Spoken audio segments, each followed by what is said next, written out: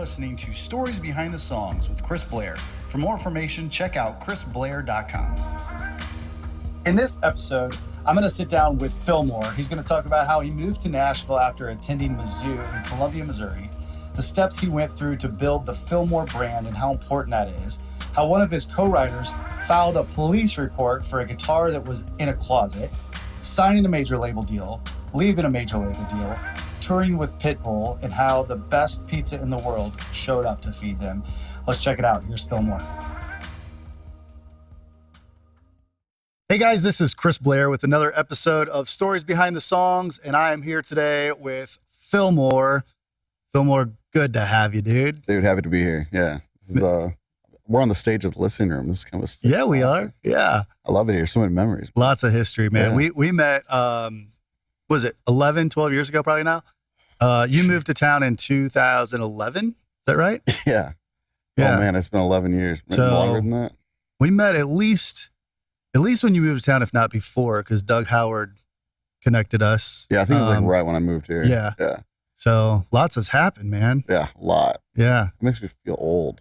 11 Dude, years. Man. You're a lot younger than I am. Come on, man. No, we're both old now. Just old. we are that. Yeah. We could just There's a easily certain say threshold. We're just old. Yeah. we are just both old, man.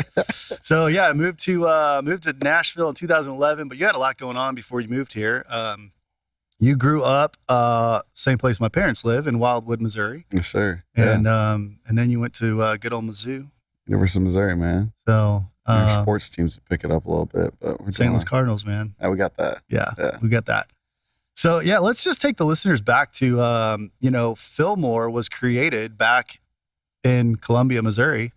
So walk us through just how you got into this in the first place before Nashville. For sure.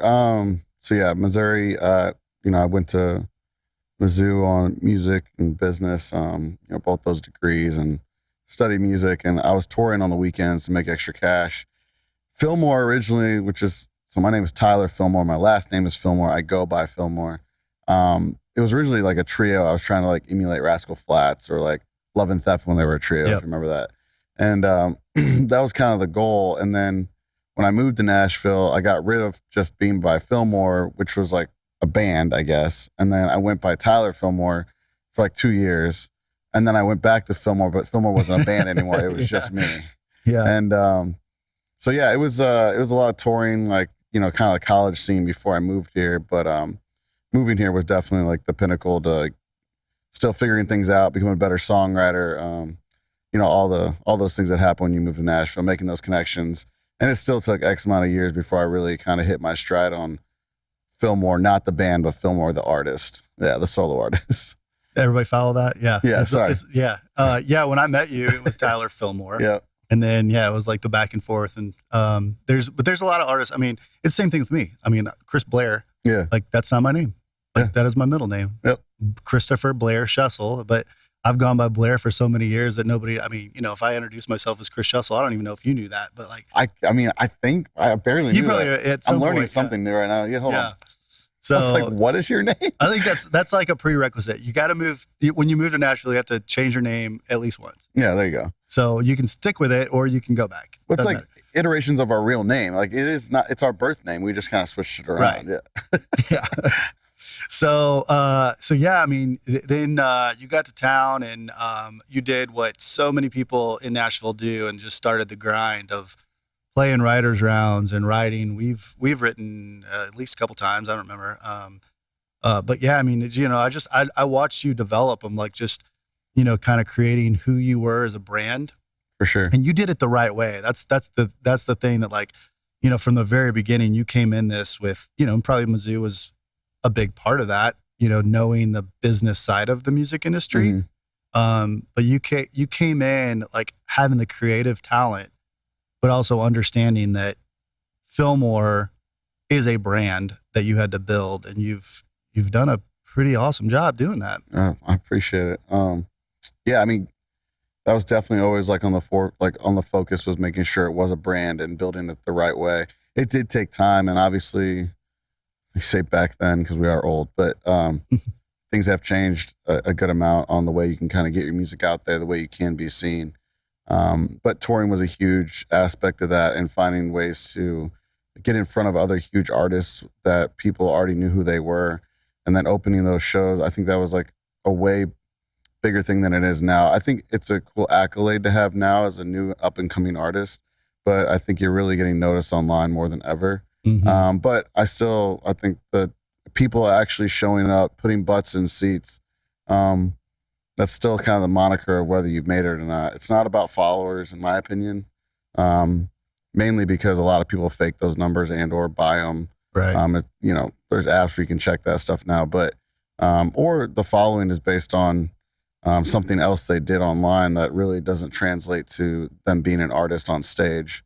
So actually putting butts in seats, like having your name on a title and people showing up to see your show and listen to your songs, I still think is like the mecca of what you need to have when you're creating a brand or trying to get there.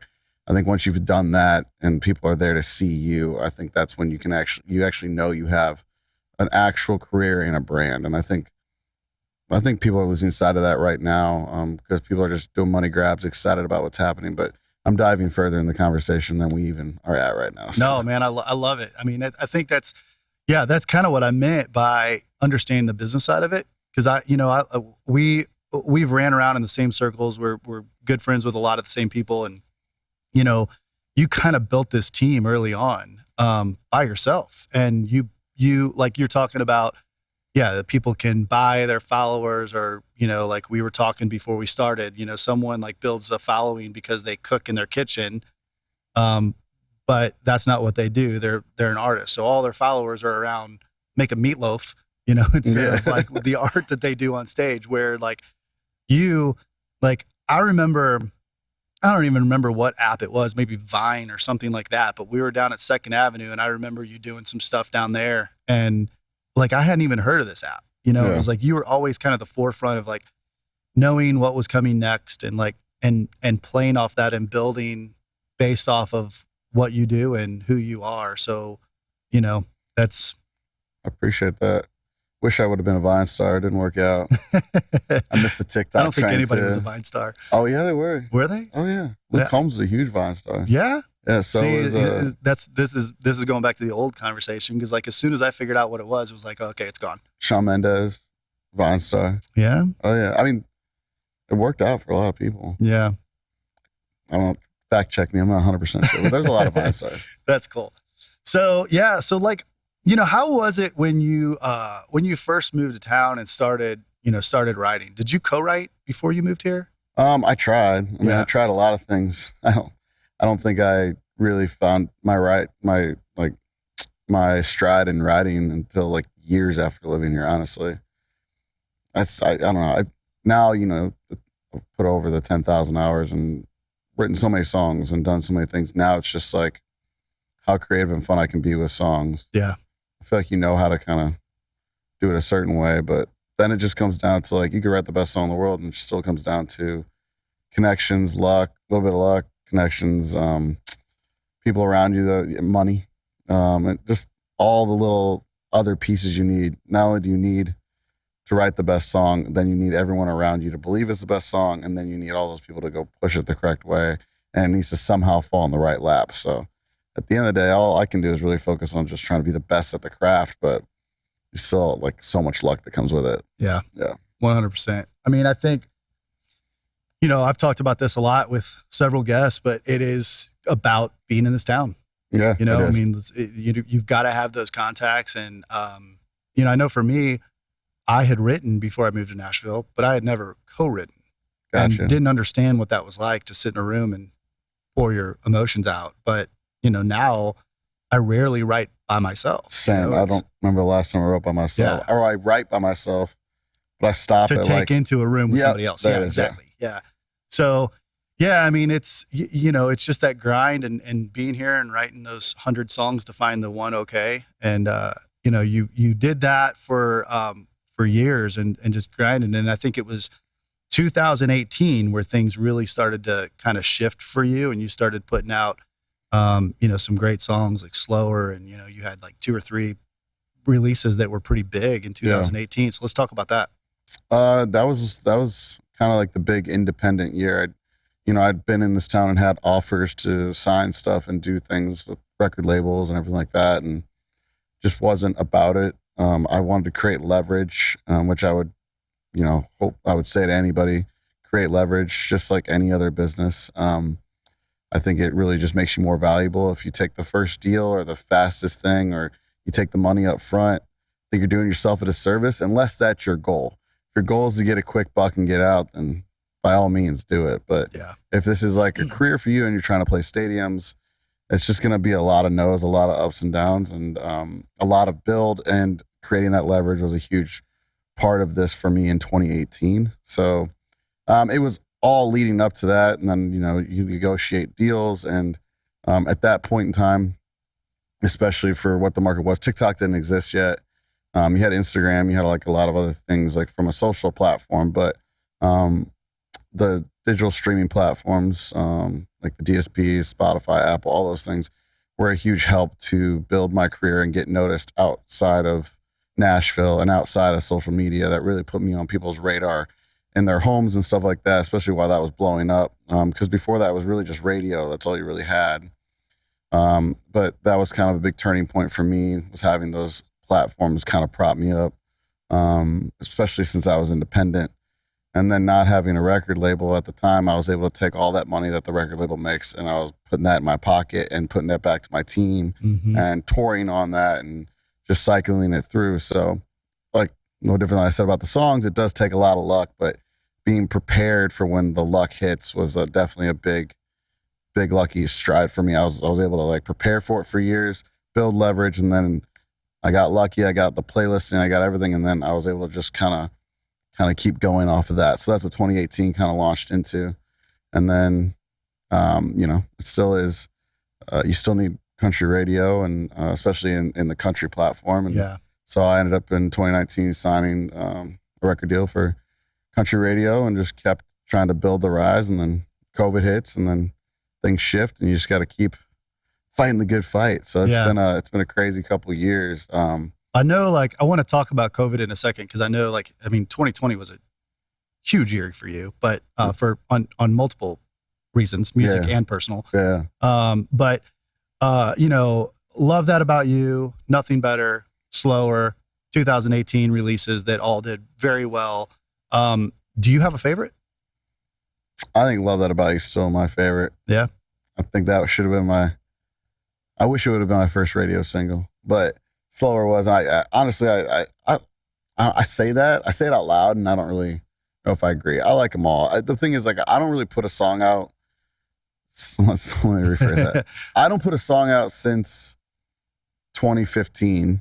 Since 2015, which I hope you can't find any of the other ones before. But I don't put a song out since that moment. Like when I figured out Filmore is the brand, and when I really got in my stride of writing and like who I was as an artist, and I really just stopped listening to people. I was like, this is who I am. This is what I'm going to do.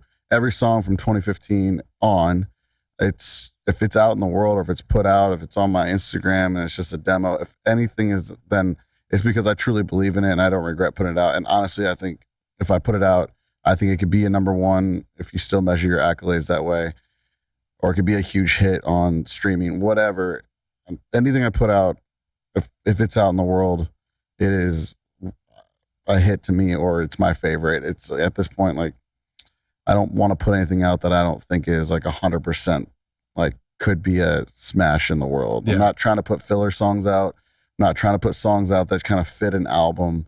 I'm just trying to put the best song out possible. I think that's so huge these days too. I mean, it goes back to what I was talking about at the beginning about, like, the business sense that you have of this is like, we go back to when we were kids listening to, CDs and, all that. That's what it was. They'd have one or two pre-made ready singles that they knew they were going to release. And then you had, 6, 7, whatever fillers that, still were good songs. But, I think that's, you started, doing, what did we do down in Key West? Where I was there when you pushed the bike in the pool, and I was part of that filming. And then that was that Lookout thing. The Lookout. Yeah. But that was when you were doing like these little EPs that and that was that's kind of, you know, that had to be 8, 9, even 10 years ago, something like that. But like that was when kind of the industry I saw start to shift, where, you know, it was like, okay, let's not put crap or whatever out in the world anymore. And you did that so well. Like everything that you put out was, you looked at that as a number one. Yeah, I appreciate that. I mean, but then it's all subjective. Just because what I think is a hit doesn't mean it is. So it's like I was just kind of making that personal choice, be like, or I'm glad you felt the same way, but it was just picking the best songs that I think are the best. Like I'm not gonna, if anything is not perfect, I'm gonna go rewrite it till I feel like it is, and then make the package as best as it possibly can be instead of having filler songs. But I don't know. Some people love. I don't know. Music's wild right now. It is. It's so wild. I don't. And I've written stuff for other artists, and I had plenty of viral. I've not had like a viral smash on TikTok, but I've written songs that are viral smashes on TikTok that I wrote for TikTok that literally are freaking wild. And I'm like, I don't know if there it is. I don't know if there it is. We were talking before. This is all. So for everybody listening out there, I'm just glad mine made it. I know. I've been really disappointed if I didn't get the fire trucks in my podcast. I've gone back and I've listened to these podcasts before we launched, getting ready to like record the intros to all these podcasts, and listen for it. There it is. Almost every episode, there's a fire station right down the street that we never hear fire trucks, and it's like every episode we do, the fire trucks go by. That's freaking wild. I mean, I don't get it. Hope they're okay. Anyway, sorry, it's just like. Fine. But yeah, no, yeah. So back to songs and everything like that. You know, it's, you know, I think it's all subjective, and like the crazy part is it is fun to write some of these songs that are completely off the wall that I don't know if I'd put out myself, but I don't know, as times change, you got to kind of change with the music and try to push the envelope. I've always tried to push the envelope, so that also kind of can probably be more of a outsider thing, but yeah. So going back to Love That About You, that was out of those three, that was your favorite. Who did you write that with? I wrote that with Michael Whitworth, Benji Davis, and John Luke Carter. Awesome. Yeah. So what was, can you take us kind of through coming up with that lyric and kind of just the story behind that song? For sure. That one, so that was like, you know, I think we still drink a lot, but people in that camp drank a lot. No, they still drink a lot now. Benji, okay, the main thing I remember from that is that Benji Davis showed up at John Luke's house, and we were riding like out in, I think, like Nashville, like outside of town, like a little further than I haven't had a car, so like I had to Uber to these places. I still don't have a car, by the way. So if there's anybody listening that wants to give me a car, it worked on the last podcast I was on. Someone offered me a car, but I love it. I don't want to take it. Anyway, so we were out there. It's a right. I think we wrote it in like someone's kitchen. We had like the studio speakers set up in the kitchen. We all have nicer setups now. Things have obviously gone well for all of us, but we were a little bit more broke. You know, I had 30 rack of beer. We drank a lot. We kind of came up with the lyrics, and we worked on it for hours and hours and hours, probably longer than we write most songs, because then, you know, we have 4 writers on it, and that's more than most. Usually we have 3. Yeah. So that was kind of different. And then the main thing I remember about that ride is that Benji left his guitar at the house, because we all kind of drank and then like left, and then got the demo back, and eventually put it out. You know, it's one of those things where my manager, actually, we had it on like a big whiteboard. My manager years later was like, yo, I think this song. And I was like, I wasn't even originally, like, that wasn't even at the top of my list. So it's crazy how people can influence that. And then my manager, Chris Perkins, was like, no, this is one of them that have to go out. And, you know, I had like Slower and other ones. And he's like, I was like, all right. So, you know, that's why you have a team, all that stuff. But the main thing I remember, like, about the exact write and coming up with the lyric and kind of like trying to make it, I did write it about, you know, my ex to a certain extent. A lot of the lyrics kind of lean into that. But the main thing I remember about that write, no joke, is Benji left his guitar there and filed a police report, because he couldn't find his guitar like a month later, and I think he thought he had brought it home. Then like all of us, like, I don't know where it is. Like, no idea what he did with it. John Luke moves out of that house like a year and a half later and then never opened the front closet of the house he was in. That guitar was in that front closet. So Benji got his guitar back like a year and a half later. After a year and a half. But like, I'll never forget it. Like that guitar had like a police report, all this stuff. Like everyone was like, dude, I have no idea what happened to that guitar. And then a year and a half later, like he's moving. He's like, is this Benji's guitar? It was just in the closet. That is awesome. So I'll never forget that about that song. That's what a 30-pack will do to you when you. I guess there was probably, there's probably other hard liquor involved, but at the end of the day, yeah, that's what I remember most about that. Weirdly enough, it also just became one of those songs that just like before, like from like an Instagram and like a live perspective, opening for other people. When I showed up and I was, on the Walker Hayes tour or out with Dan+Shay or opening for Sam Hunt or all these people as I continue to name drop on here, that was the one song like at the beginning that every person in the crowd sang back. So that was like kind of like, it's probably why it holds such a high place for me. Yeah. Then they did it with Slower, then they did it with Nothing. So like as they did it with the other ones you named, that was kind of just the first one that people really sang back really loud in like a House of Blues or something. And you're like, wow. Where were you the first time that hit you? I mean, that's got to be like Mohegan Sun 2016, me and Sam Hunt. Yeah. That was the first time Love About You kind of did that. Well, no, that was Headlights actually that did that one. That might have been the first one. Different song, sorry guys. Yeah. The first one with Love That About You is probably the biggest, was Walker Hayes. Top of 2019. No, I don't know. It was probably on Chase Rice in 2017. Dude, I don't really know. One of them. It's one of them. It happened. Like, I got to look back. All those years kind of just start rolling together. Yeah. The van days. You were just killing the road. I mean, we hung out quite a bit and I didn't see you. Like you were just never home. Oh yeah. I disappeared yeah. And then COVID hits and it kind of starts changing perspective. And I came out of COVID, went straight on the Brett Young tour, which was amazing. Yeah. And then this year, I had the option to do like a headline at the top of the year. And I just, it just didn't make as much sense for how oversaturated the market is. And like, I don't know, everything in my career is still like climbing. It's still doing great. I'm not like completely a household name. I consider myself right in the middle of like as a country artist, but I think what I'm trying to hold on to the most is like just, it's actually earning what you deserve.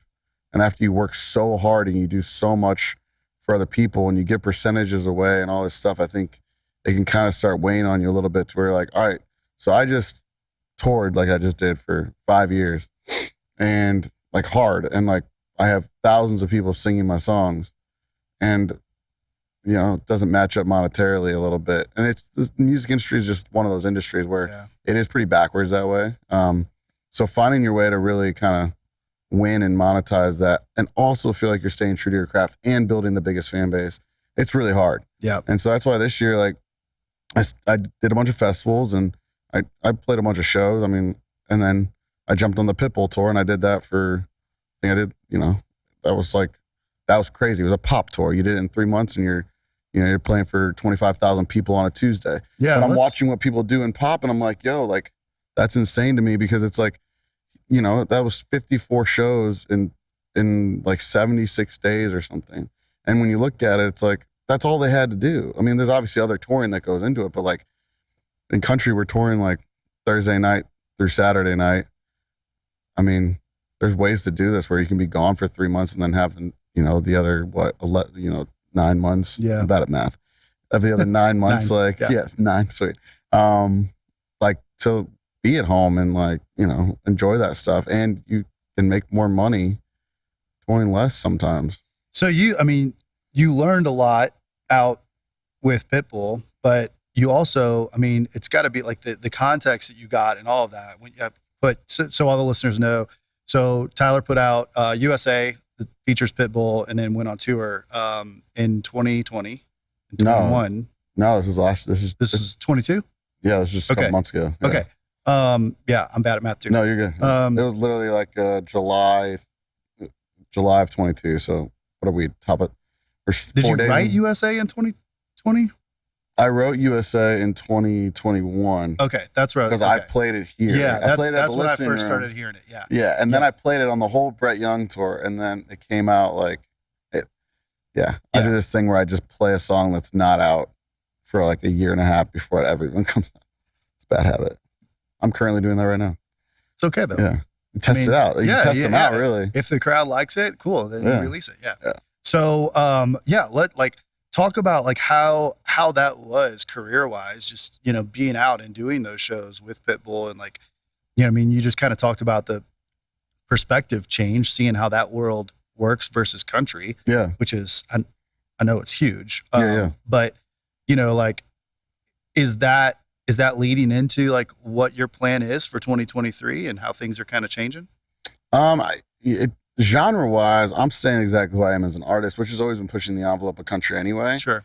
So when it comes down to like just trying things, I feel like because of, you know, even writing songs for other artists and like these kind of crazy off the wall songs that go viral or work well this way, it's adding some of that into my arsenal as an artist, not just a writer, that I'm starting to do more of that can kind of be a little bit more genre bending like I used to do, where I feel like I took the last couple years with, you know, being at my record label and everything like that, kind of trying to really go up the middle and hit that radio smash. And I still push the envelope on a lot of things, but not as much on production. And I haven't chased it as much as I used to. Yeah. And that's what made it really special back in the day, was like, it was just a little bit more out there. This guy with the man bun and singing country music, country lyric. But like, I mean, there were like John Bellion drops and stuff that I had like back in 2016. You know, it's like stuff that like you just didn't do in country, things that like people didn't accept. Like, you know, if Love That About You didn't go to radio, it's because it has a snap track in it. And back in top of 2019, they didn't want to have a snap track on radio. That's just not acceptable, apparently. So like that's where it's like I need to go back to kind of pushing that envelope, and that's what I'm excited about doing in 2023. But you know, it's not only the Pitbull tour, it's all these things like if you put it all together from 2015 on, and all the shows I've done and all the touring I've done. Yeah, there's things I love about the aspect of the pop tour and the Pitbull tour. There's also things I love about the country touring as well. I think there's just a healthy balance between the two. And really at this point, as I move forward in my career, it's like finding that balance, still gearing to play stadiums, being the biggest I possibly can. But, you know, just being smarter about how I approach it, as opposed to saying yes to everything, doing absolutely everything, and then being so exhausted from mentally to physically to everything, and then feeling like I didn't get what I deserved out of it. Yeah. And I feel like as I move forward, I think there's a healthy balance between doing everything and also, you know, monetarily winning at the end of the day. I think that's something I've learned more now than ever. Whereas, and I don't think it's wrong to do it this way, but you know, it's not been about the money for me at all. None of this has. It still isn't when I say that. It's just want to live comfortably at this point. You know, I'm getting old, man. It's like I just want to. You want a car? Yeah, I want a car, man. There you go. It's just, I don't know. It's just kind of one of those things where it's like I never really cared about that stuff. I only cared about like putting the music out and playing the shows, which I still only care about that to an extent. That's like my favorite thing in the world. That's all I want. Yeah, but you got to make a living. Yeah, that's you know, and it's like, when you're in an industry that has so many people that take a piece of the pie, right? Like that's okay because that's business. Yeah, but that piece of the pie's got to be fair. And when you are the one that's being creative and you're going and sitting in a room and losing guitars and writing songs, you know, and you're the one that is burning the tires off of vehicles up and down the highway, being exhausted, like, yeah, I mean, it's broken. I mean, the industry is broken. Yeah. You know, and then, I mean, you know, and we're talking about as an artist perspective. I mean, don't even get me started on the songwriting side of things. And, you know, the way that has changed with, you know, all the DSPs and everything, which is great, right? Like people are able to get their songs out so much easier and be able to build this fan base. But but you can't make a living off of it with the way that the pie is cut right now. Yeah, I think just overall in this industry, the way the pie's cut, but then it's just held over you because like you need it cut that way because you need those people working for you for the connections that they have to help continue to build your music, unless you have viral moments that you can actually pivot off of. But there's just so much luck into actually beating the system. But I feel like every industry, that's just every system is broken to a certain extent. It's just about what side of the system you're on and whether you decide it's broken or not. That's what it comes down to. That's a good point. Yeah, that's a good way to say it. Yeah, where we're at right now, it's like, I don't know. It's a daily thing. I go back and forth. It's like, and there's so many things I love about this industry too.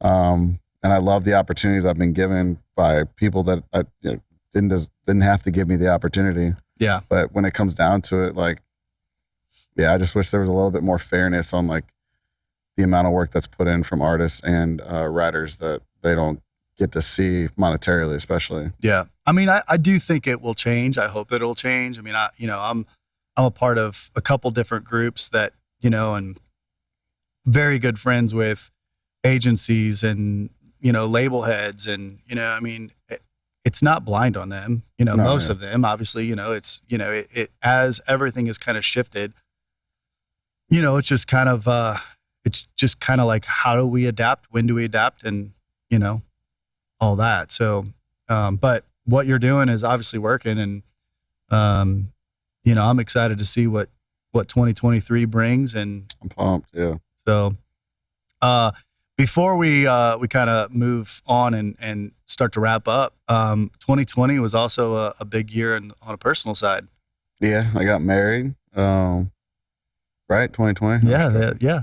Yeah, it was great. I mean, it was obviously COVID hit and that sucked. That was another European tour when I had to fly back, but there's a lot of great things that came out of that. A lot of perspective, obviously, that's what everyone says, but it wasn't lost on me. And it's helped like these 2021 and 22 make all those great decisions from a personal aspect to touring, to an artist perspective.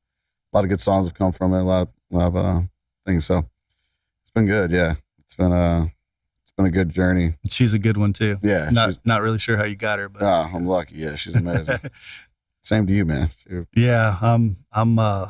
Yeah, we both married up for sure. That's it. Yeah. Straight up.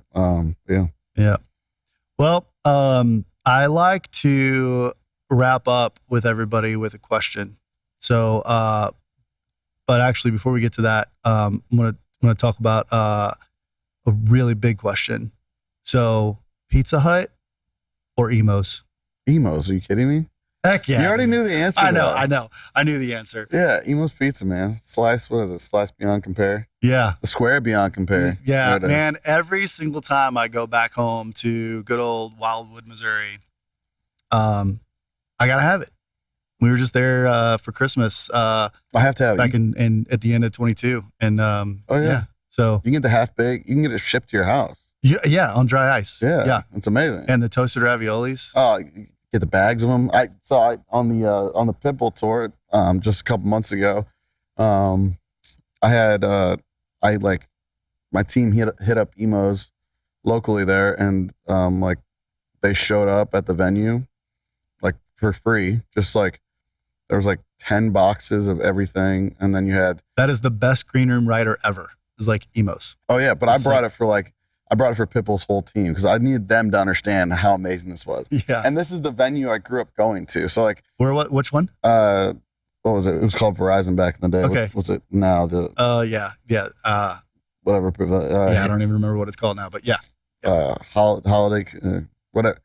Hollywood Pavilion. Bank. I don't know. Whatever, dude. Yeah. 25,000 people. It's your average outdoor amphitheater with a lawn and the seats and everything. And I grew up going there like in high school and my entire life going to this venue, and I finally get to play it. And probably just one of the bigger moments in St. Louis for me. And I had Emos cater the whole back green room and everything. And dude, that's so cool, man. And everyone on Pitbull's camp was just like they devoured it. Catering wasn't that good that day, so I definitely won that one. It was Yeah. great. Emos to the rescue. So Yeah. I love it. It was great. Yeah, I knew what the answer was going to be, so I had to throw that one. I love it. Don't have a lot of people on here that even know what emos is. Oh. So it's like, yeah, I've had it shipped to our house here in Nashville a couple times. It's when people come over and like, you ready to have your mind blown? Yeah. So it's the move. Yeah. All right. So final question, knowing what you know now in the industry and everything that you've done, especially since 2011, moving to Nashville, you're talking to 8-year-old Tyler Filmore. What kind of advice do you give yourself? I mean, I don't know what advice I give myself. I wouldn't change a thing if there's an easier way to say it. Like all these ups and downs and like the path it took me to get here, you always wish it would have happened faster. Honestly, I don't know if I would have gone to college. That would give me 4 faster years in Nashville, honestly.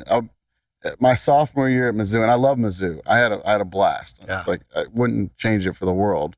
But if I had to give advice, I probably would have just skipped it, gone straight from high school to here, maybe gone to Belmont so I could have made the connections for 4 years while I was in town. I think that would have shaved 4 years off of Nashville for me because I would have already been in the scene hanging out. Because like you said, you have to be here.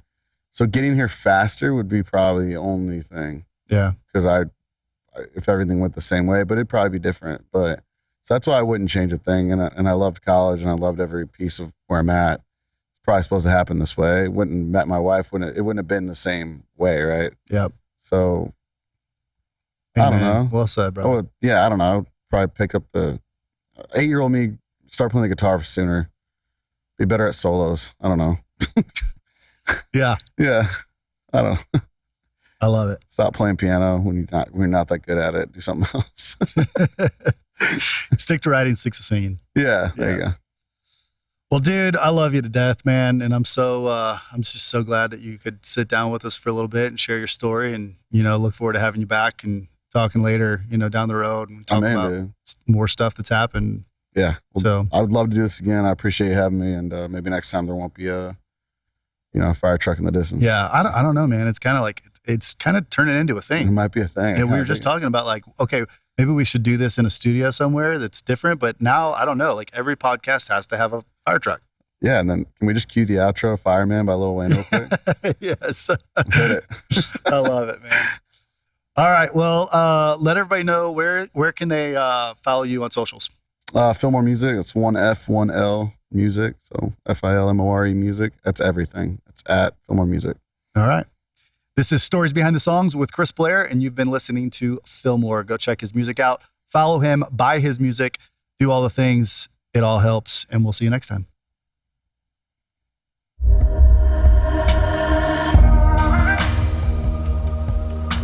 This has been an episode of Stories Behind the Songs with Chris Blair. For more information after the show, head over to chrisblair.com. That's where you can find information on these episodes, trailer notes, video links, all kinds of great stuff. Also, make sure to leave us a great rating on iTunes, like and follow us on Spotify, YouTube, wherever you listen to podcasts. Leave us a comment, let us know what you think. I really hope that you think this show is awesome, and we really appreciate the love and support. I promise to keep gathering great content and continuing to sit down with more amazing songwriters and artists as we grow. Thanks so much for listening. Thanks for the support. We'll see you next time.